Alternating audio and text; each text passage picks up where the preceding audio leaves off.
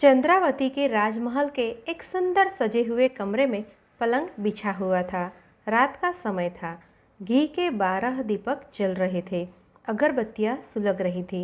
उनका धुआं एक प्रकार की मनोरम गंध वायु में भर रहा था। खिड़कियों पर लटके हुए रेशमी पर्दे हवा के झोंकों से झिलमिला रहे थे।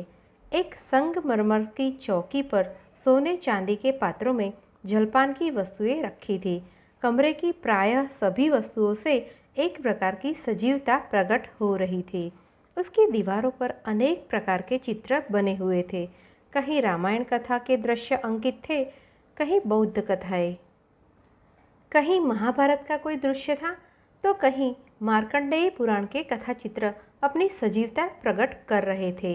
पलंग पर बैठी पुष्पवती द्वार की ओर प्रतीक्षा की दृष्टि से रह रह कर देख रही थी।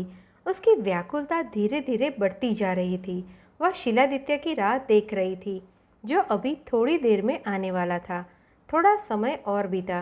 लगभग 1:30 पहर रात बीतने पर शिलादित्य ने कमरे में प्रवेश किया। पुष्पवती उठकर खड़ी हो गई। लाज से उसका मस्तक झुक गया, किंतु कर्तव्य सामने था। शिलादित्य के पौरुष, ख्याति और आकर्षक रूप पर वह मुग्ध हो उठी थी। अतिशय प्रेम और श्रद्धा से उत्साहित होकर वह उसकी ओर बढ़ी और चरणों में सिर रख दिया। आधी रात तक आपस में वार्तालाप करते रहकर दोनों सो गए। दीपक उसी प्रकार जल रहे थे और अगरू भी वैसे ही वायु को सुगंधित कर रहा था। रात के अंतिम पहर में शिलादित्य ने स्वप्न देखा। एक महाभयानक दैत्य सूर्य मंदिर के पास मुंह फैलाए खड़ा है। एकाएक मंदिर उसके मुंह में समा जाता है। दैत्य भयंकर अट्टहास कर रहा है। मंदिर धीरे धीरे उसके मुंह में लुप्त हो जा रहा है।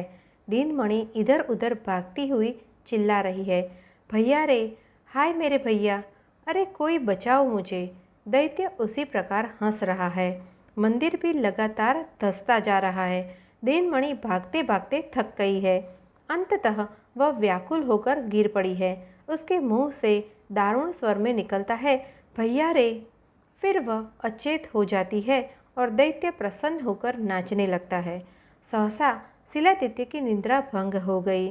उस रोमांचकारी स्वप्न के स्मरण से वह चिंतित हो उठा। बहन का आर्तनाद अब भी उसके कानों में गूंज रहा था, भैया रे। मन ही मन वह अपने आप को मातृहंता समझता था। आज उसे लगा, मैंने दीनमणि की भी हत्या कर दी। उस स्नेहमयी बहन की क्षमाशीलता और शांत प्रकृति को स्मरण कर वह व्याकुल हो उठा। तुरंत पुष्पवती को जगाया। उसने दीनमणि के संबंध में अपने बाल्य जीवन और आज के स्वप्न की चर्चा करते हुए कहा, दीनमणि मेरे लिए माता पिता, भाई बंधु, इष्ट मित्र और मित्र मंत्री से भी अधिक प्रिय है। उसके अनिष्ट की कल्पना से ही मैं व्याकुल हो रहा हूँ। तुम यहीं रहो, मैं जाकर उसको देखता हूँ। कुछ समय बाद आकर तुम्हें बल भी ले चलूँगा। भाई बहन के इस अनुराग और अपने वियोग का स्मरण कर पुष्पवती मौन रह गई।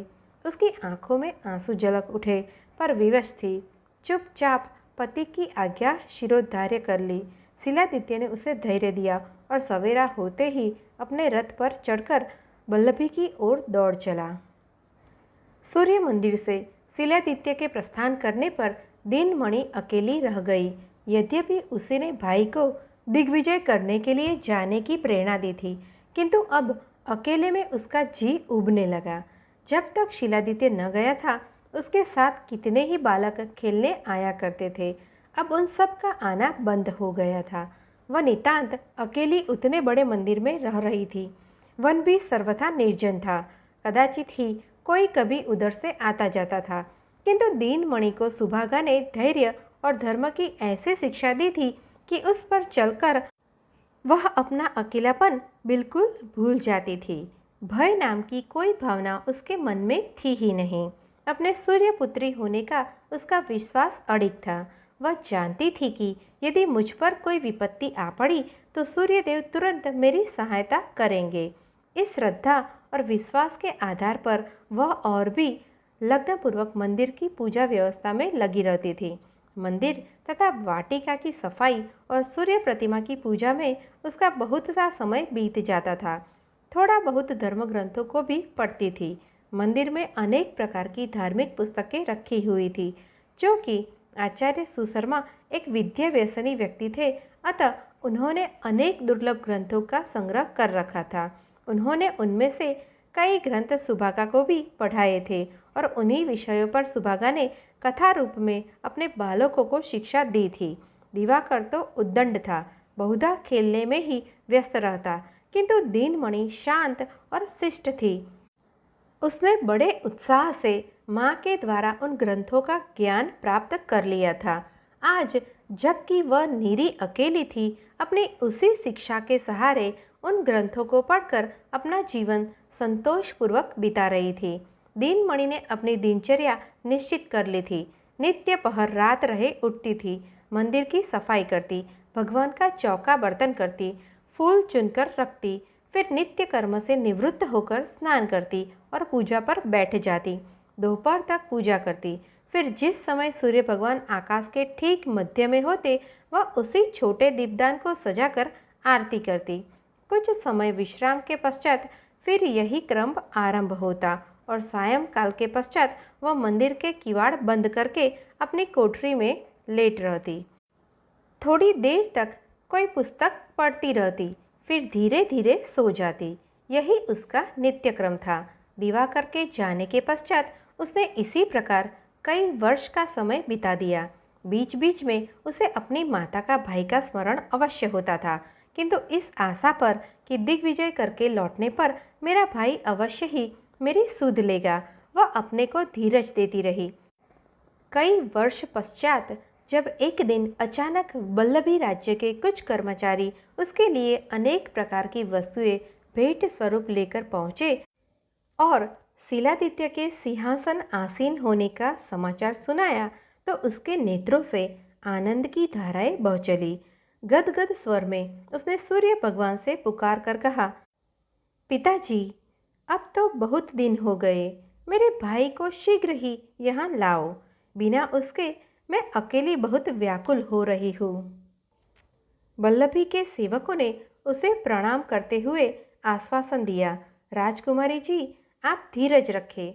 महाराज चंद्रावती की राजकुमारी के स्वयंवर में गए हुए हैं। वहाँ से लौटते ही वे सादर आपको राजधानी के महल में ले चलेंगे। वे जितने दिन भी बाहर रहे, निरंतर आपका स्मरण करते रहे।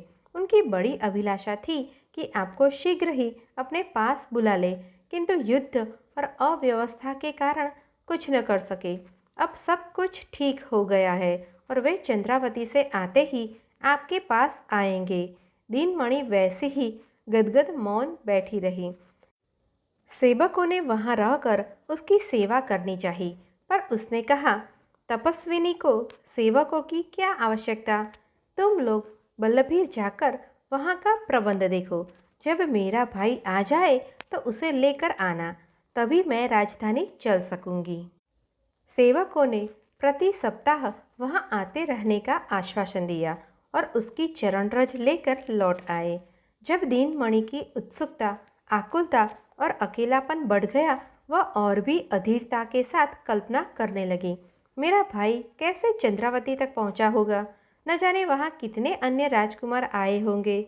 स्वयंवर में पता नहीं किस प्रकार की परीक्षा ली जाएगी। जो भी हो, मेरे भाई को विजय अवश्य मिलेगी, क्योंकि उसके पास सप्तारव रथ है।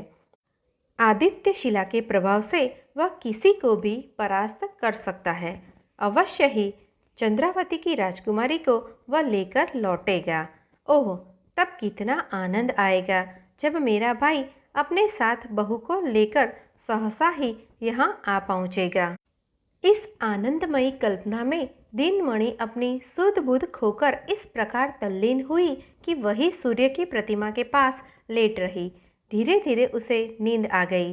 उसने आंचल से अपना मुंह ढक लिया और निश्चिंत भाव से सो गई। दीनमणि बहुत देर तक सोती रही।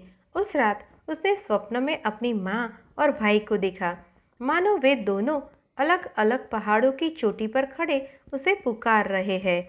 वह स्वप्न से चौंक पड़ी। जाकर देखा तो आधी रात बीत चुकी थी। उठी और दिया जलाया।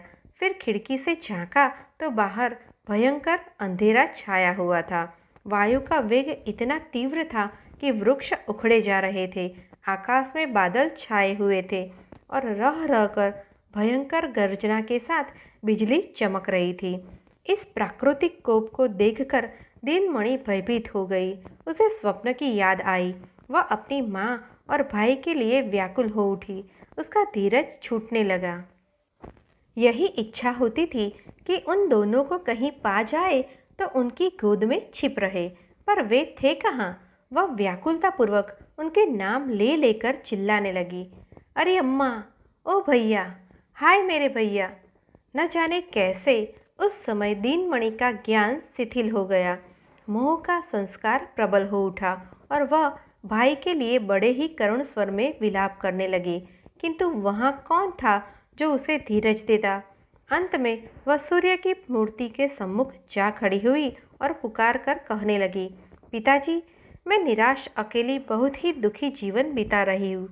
माँ पहले ही चली गई थी। भाई है किंतु वह भी मेरा मोह छोड़कर देश विदेश में भटकता फिरता है। मैं अकेली कैसे रहूं? मुझे अपनी गोद में शरण दो प्रभु। रोते रोते वह मूर्ति के चरणों पर गिर पड़ी। पुत्री की उस दीन दशा पर सूर्यदेव का मन करुणा से द्रवित हो उठा। तुरंत ही बड़ा भयानक शब्द हुआ और धरती कांप उठी। दिनमणि भयभीत होकर मूर्ति से लिपट गई। वह मूर्ति एक बड़ी सी काली शिला को काटकर बनाई गई थी, जिसमें सूर्यदेव अपने रथ और घोड़ों सहित अंकित थे। सहसा मंदिर की वह कोठरी जिसमें मूर्ति थी पृथ्वी में धंसने लगी। दिनमणि ने आत्मरक्षा के लिए मूर्ति को और भी जकड़ लिया। धीरे धीरे सभी वस्तुएं धरती के आंचल में छिपने लगी। कोठरी के धरातल पर पूजा की जितनी भी सामग्री थी सब लुप्त होने लगी। यहाँ तक कि सारा मंदिर ही धंसने लगा। अब दिनमणि घबराई। उसने सूर्य से पुकार कर कहा, पिताजी, सारा मंदिर धरती में धंसा जा रहा है। मैं कहाँ जाऊँ? कैसे अपनी रक्षा करूँ? मुझे बचाइए। और उसने मूर्ति को और जोर से भी कसकर पकड़ लिया। एकाएक उसने देखा, मूर्ति प्रकाशमान हो उठी है। सूर्य देवता मुस्कुरा रहे हैं और उनके नेत्रों से स्नेहपूर्ण किरण निकल रही है। आतुरतावश मूर्ति पर उसके हाथ और कस गए। धरती अब भी कांप रही थी। बाहर वैसा ही भयंकर शब्द हो रहा था। दूसरे क्षण सूर्य प्रतिमा के साथ साथ दिनमणि भी धरती में समा गई। सारा मंदिर लगभग 3 हाथ तक धरती में धंस गया। उसकी दीवारें, फर्श, मूर्तियाँ और अनेक प्रकार की वस्तुएं जो भूमि पर रखी रहती थी सब लुप्त हो गई। बाहर से देखने पर मंदिर की ऊंचाई कम हो गई और उसका आकार टेढ़ा सा प्रतीत होने लगा।